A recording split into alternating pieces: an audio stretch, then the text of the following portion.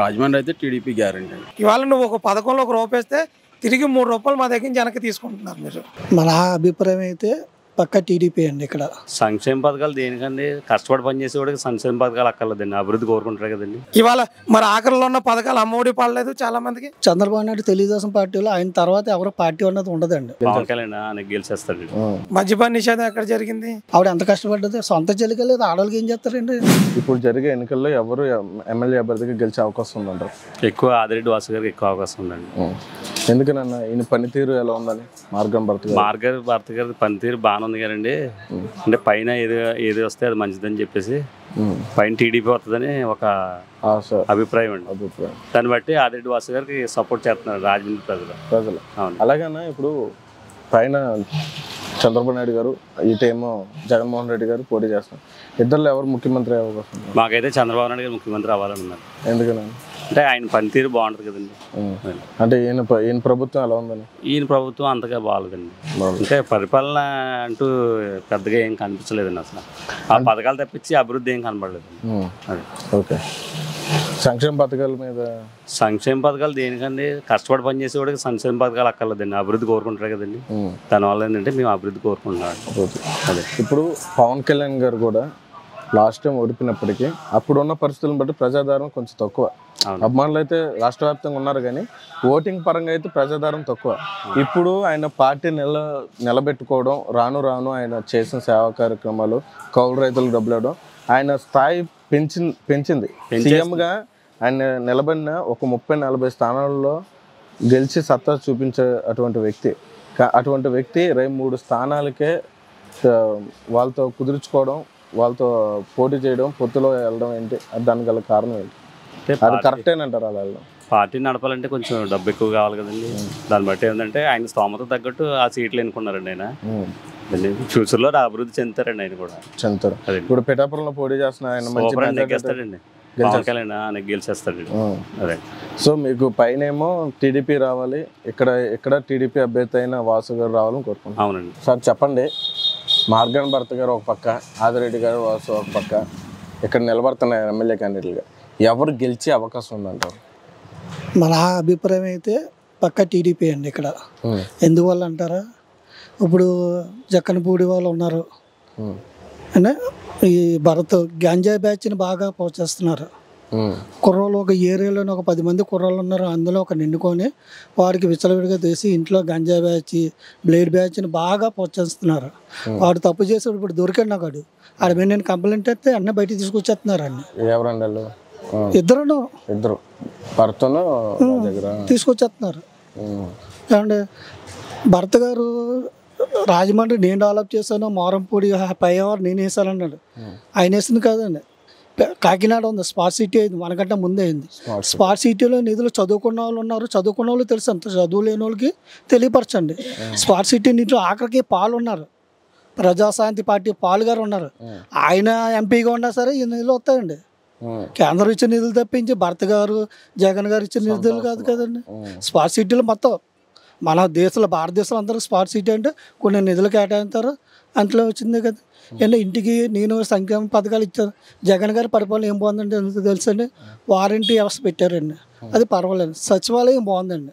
ఇది వరకు ఒక మన ఎంఆర్ఓని కలవాలనుకోండి, సాయంత్రం 3 గంటలు 2 గంటల నుండి 5 గంటలు వెయిట్ చేస్తే వస్తాడో రావడో తెలియదండి ఎంఆర్ఓ. ఈ రోజు అలా కాదండి. సచివాలయం వల్ల జగన్ చేసిన ఆ జీవితంలో ఒక మంచి, ఈ రోజు కూడా జగన్ నా అభిప్రాయం బతికున్నాడంటే కారణం సచివాలయం పెట్టబెట్టాను.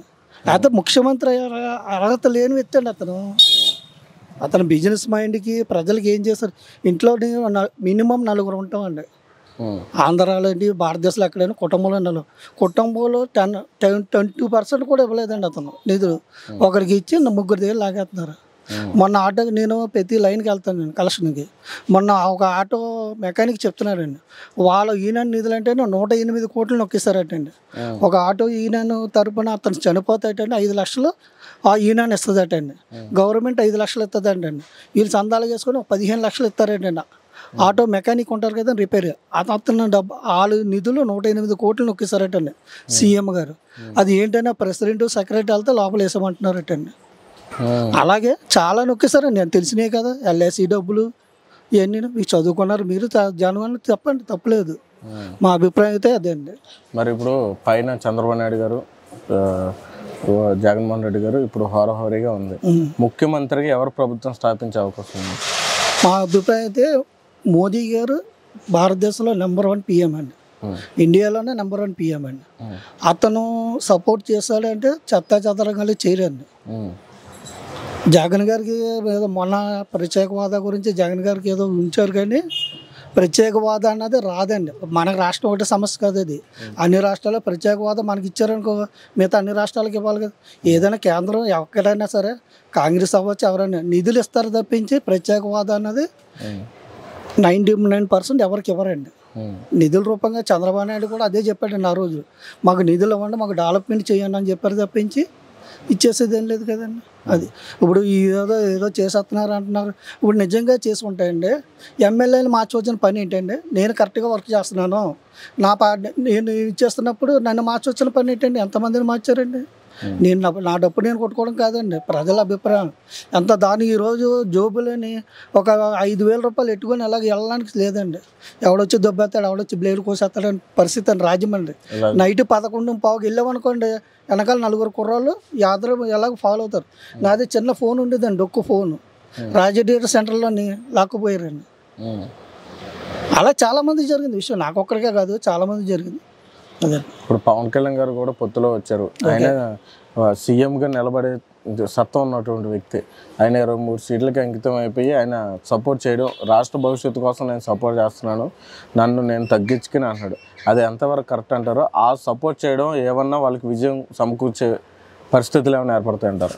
పవన్ కళ్యాణ్ గారు చేసింది చాలా మంచి పని అండి. ఆయన మీరు అన్నట్టు అతనికి 50 సీట్లు 60 సీట్లు పోటీ చేసే సత్తా ఉంది. కాదు ఇప్పుడు ఒక మినిమం ఒక ఎమ్మెల్యే పోటీ చేయాలంటే తక్కువ 30 కోట్లు ఉండాలి. అటువంటి క్యాండిడేట్లు చాలామంది పవన్ కళ్యాణ్ గారి దగ్గర తక్కువ మంది ఉన్నారు. ఉన్నా లేకపోయినా సరే ఒక సీనియర్ పొజిషను చంద్రబాబు, ప్రపంచంలోనే 5వ వ్యక్తి 4వ వ్యక్తి మేధావులే అండి చంద్రబాబు నాయుడు. అందుకే నేను నాకు వయసు తక్కువ, అతను సీనియర్, అతను అయితే బాగుంటుందని పవన్ కళ్యాణ్ గారు ఆలోచించారేమో అని నేను అనుకుంటున్నాను అండి. ఎందుకంటే ఒక వ్యక్తి ఆలోచించాడు, ఒక వ్యక్తి మెత్తి తగ్గాడంటే అది చేతకాక కాదండి, ఫ్యూచర్ భవిష్యత్తు. ఇంకోటి కూడా అనుకోవచ్చు మనం, చంద్రబాబు నాయుడు తెలుగుదేశం పార్టీలో ఆయన తర్వాత ఎవరో పార్టీ అన్నది ఉండదండి, పార్టీ అన్నది ఉండదు. రేపు పొద్దున్న అతనికి ఏదైనా జరిగింది అనుకోండి, ఇప్పుడు వయసు 70 దాటిపోయింది కదండి, రేపు పొద్దున్న జరగడానికి ఏదైనా జరిగింది అనుకోండి, ఈయన సీఎం అవ్వచ్చేమో కదా పవన్ కళ్యాణ్ గారు. అలా కూడా ఆలోచించుకోవచ్చు కదా. ఇప్పుడు పవన్ కళ్యాణ్ నేను సొంతంగా ఒక ఎమ్మెల్యేగా చిన్న స్థాయిని నిరూపించుకునేది. ఒక ఎప్పుడైనా ఏ రాజకీయ నాయకుడైనా ఒక కార్యకర్తగా రావాలండి. కార్యకర్త తెలిసిందో ఒక ఎమ్మెల్యే కూడా తెలియదండి. ఒక కార్యకర్త తెలుస్తుంది ఈ వార్డులో ఇన్ని ఉన్నాయి, ఎంతమంది ఈ పొజిషన్లో ఉన్నారు, ఈ పొజిషన్లో ఉన్నారని. జగన్ గారు సొంత ఇల్లు ఉన్నవాడికి ఇల్లు ఇవ్వనా అన్నాడు. సొంత ఇల్లు ఉన్న వాళ్ళకి ఎంతమందికి ఇల్లు ఇచ్చారో చూసుకొని మీ సర్వేలో చూసుకొని, లేకపోతే ఆ పార్టీ వాళ్ళని అడగండి, ఆ పార్టీ వాళ్ళు ఎంతమంది రాయించుకుంటున్నారు అడగండి. చేసేది ఏంటండి, ఇంకొకసారి కానీ జగన్ కానీ వస్తాయండి. ఆయన పక్క హిందూ కాదండి. అంటే నేను మతం గురించి మాట్లాడకూడదు, మామూలుగా చెప్తున్నాను. ఎందుకంటే నా కళతో నేను చూశాను. పాదయాత్రకు వచ్చేటప్పుడు గోదావరి కొవ్వూరు వచ్చేటప్పటికి జనాలు లేరండి. వనిత గారు ఆవిడ ఎమ్మెల్యేగా, వాళ్ళ నాన్నగారు కాంగ్రెస్లోనే సొంత ఇల్లు కూడా లేదండి ఎమ్మెల్యే గారు. ఆయన చాలా మంచి వర్కర్ అండి. ఆయన చేసేటప్పుడు గోదావరిలో కాలు కడుక్కోమంటే ఏదో అంటించినట్టు ముట్టుకుంటారు. ఎంతోమంది వచ్చి పవిత్ర గోదావరిలో స్నానాలు చేస్తారు, స్నానం చేయాలని కాలు కడుక్కుంటారు. అటువంటి వ్యక్తి ఏం చేస్తాడండి? ఎంత దగ్గర సొంత చెల్లికే దిక్కులేదు. అతను జైల్లో ఉన్నప్పుడు ఏం చేశారండి? అయినా మనకు తెలిసిన అతను మనం అనుకోవచ్చు, ఆవిడ ఎంత కష్టపడ్డది. సొంత చెల్లికే లేదు, ఆడవాళ్ళకి ఏం చేస్తారండి? ఒక ఆడది స్వతంత్రంగా వెళ్ళమనండి. అయితే ఇక్కడ ఎమ్మెల్యే అయితే ఆదిరెడ్డి వాసు గారు రావచ్చండి, అక్కడేమో చంద్రబాబు నాయుడు గారు కూటమి అండి. ఆదిరెడ్డి వాసు గారు ఇప్పుడే కాదు, గత ఎన్నో సంవత్సరాల నుంచి భవానీ చారిటబుల్ ట్రస్ట్ తరఫున ఆయన ఎమ్మెల్యేగా చేయకపోయినప్పుడు కూడా ఎంతోమంది పేదలకు, కష్టాల్లో ఉన్న వాళ్ళకి, కరోనా కష్టకాలంలో అధికారంలో లేకపోయినప్పుడు కూడా ఈ రాజమండ్రి ప్రజానికి ఎన్నో సేవా కార్యక్రమాలు నిర్వర్తించారు. అలాగే వాళ్ళ తండ్రి గారు ఆదిరెడ్డి అప్పారావు గారు కూడా ఎంతోమందికి సేవా కార్యక్రమాల్లో చేశారు. అలాగే ఆదిరెడ్డి వీర రాఘమ్మ గారు కూడా. అయితే మరి ఇవాళ భర్త గారికి ఈయనకి గట్టి పోటీ అంటున్నారు, కానీ ఏం కాదు. అంటే వాస్తవంగా రాజమండ్రి ఎప్పుడో అభివృద్ధి చెందింది. మన పుష్కరాల నుంచి టోటల్గా గోదావరి పరివాహక ప్రాంతం చూస్తే అంతా కూడా చంద్రబాబు నాయుడు గారి టైంలోనే పుష్కరాలకు అభివృద్ధి చెందింది. అలా కంబల్చేరి పార్క్ తీసుకుంటే గణికృష్ణ గారు, చంద్రబాబు గారి సహకారంతో ఎందుకు పనికిరాని చెత్తగా ఉండే కంబాల చెరువుని ఒక పార్క్గా రూపుదిద్దేటట్టు చేశారు. ఇవాళ భర్త గారు చేసింది ఏంటి, మెరుగులు దిద్దారు. కంబాల చెరువు పార్క్ లైటింగ్ కానీ ఇంకోటి మెరుగులు దిద్దారు. అలాగే గ్లో పార్క్ పెట్టారు. దీనివల్ల ప్రజలకు ఉపయోగం లేదు. ఇవాళ రాజమండ్రిలో సేవా కార్యక్రమాలు చేసి అనేక దశాబ్దాలుగా ప్రజా జీవితంలో గడుపుతున్న వ్యక్తులను కోరుకుంటారు ఎవరైనా సరే. మరి ఈయన బాగా రాజమండ్రి డెవలప్ చేశారని ఇది ఎంతకాలం ఆయనకి ఎమ్మెల్యేగా పోటీ చేసి నెగ్గాలన్న కోరికతో ఒక ఎంపీ సిగ్మెంట్స్లో ఉండి 7 నియోజకవర్గాలు 6 నియోజకవర్గాలు గాలికి వదిలేసి ఓన్లీ తనకున్న నిధుల్ని అన్నీ తీసుకొచ్చి రాజమండ్రిలో కొన్ని పార్కులు కట్టాడు.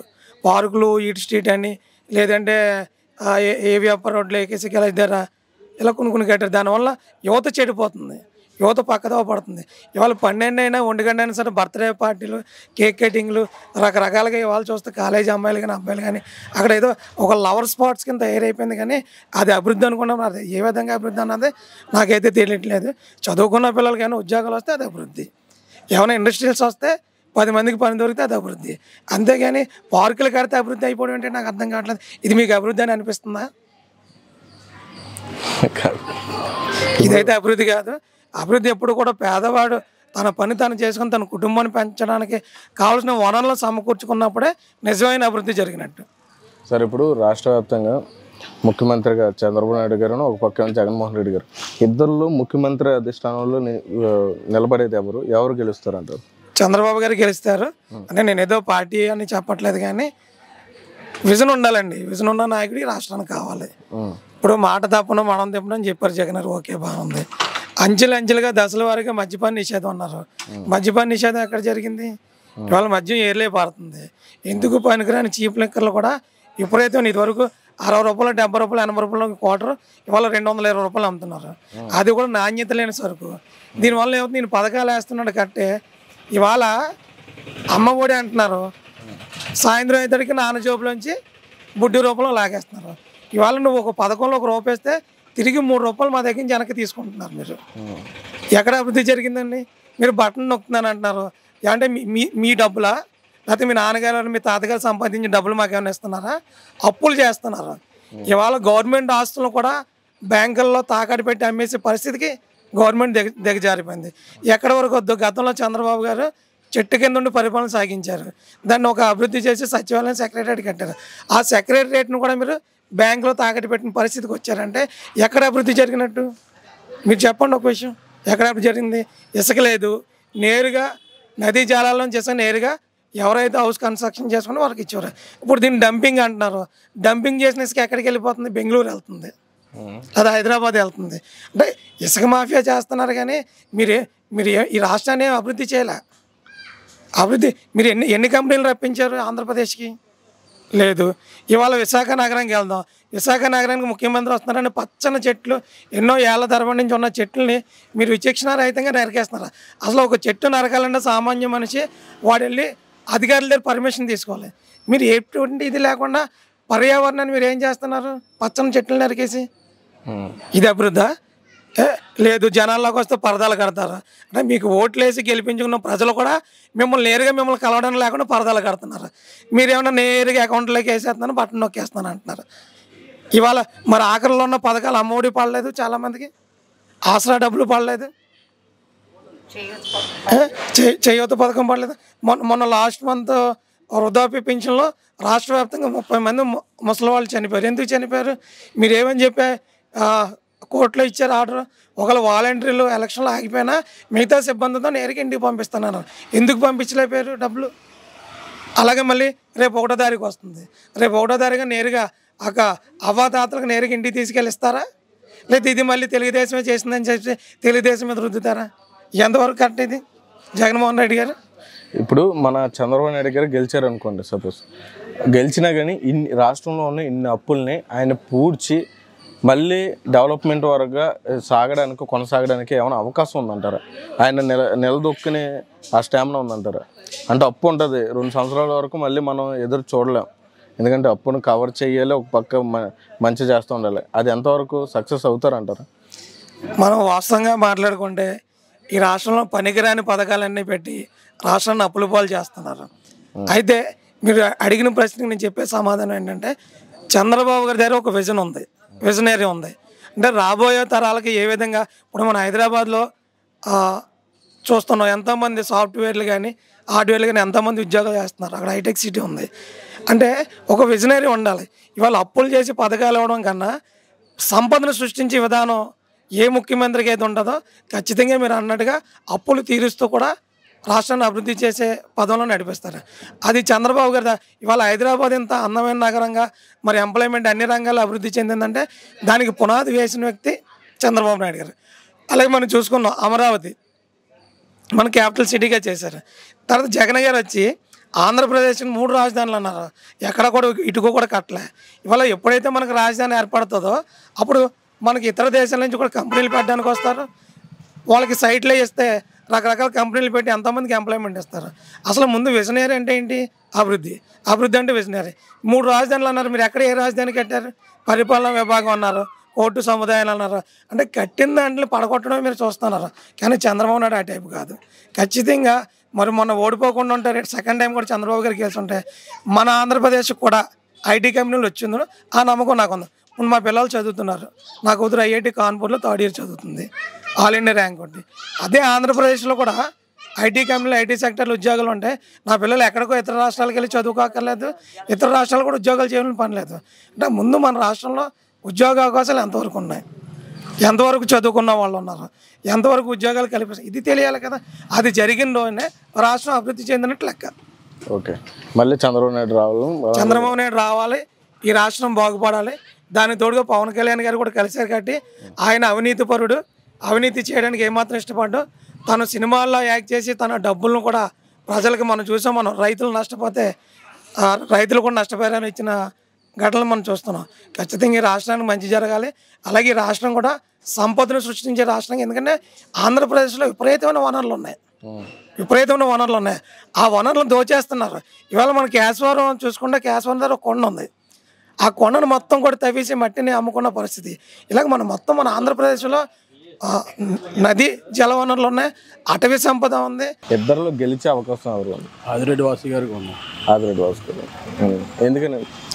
ఆయన భర్త గారు చేశారు కానీ పరిపాలన ఆయన పార్టీ ద్వారా ఏం చేయలేదు. అంతా కేంద్రం నుంచి వచ్చే నిధులతోనే చేశారు.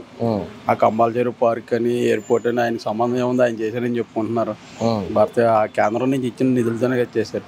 కంబాల చెరువు పార్క్ చేశారు. మాలాంటి సామాన్యులు వెళ్ళడానికి లేదు అందులోకి. ఎంట్రీ టికెట్ 50 రూపాయలు. మాకు 2 పిల్లలు, 4 వెళ్ళాలంటే 200 పెట్టుకుని లోనికి వెళ్ళాలి.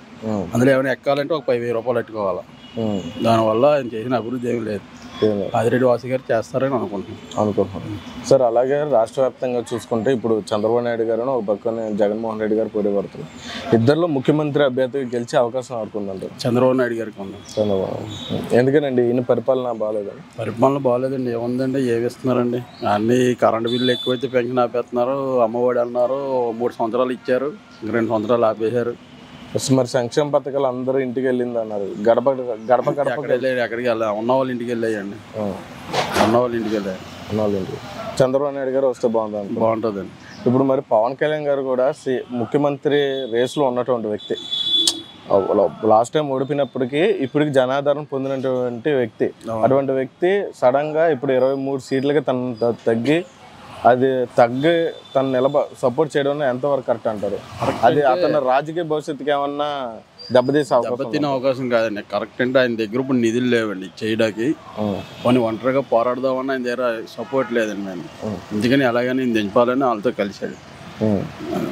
ఆ కూటమి వర్కౌట్ అవుతుంది అంటారు? అవుతుందండి 100%.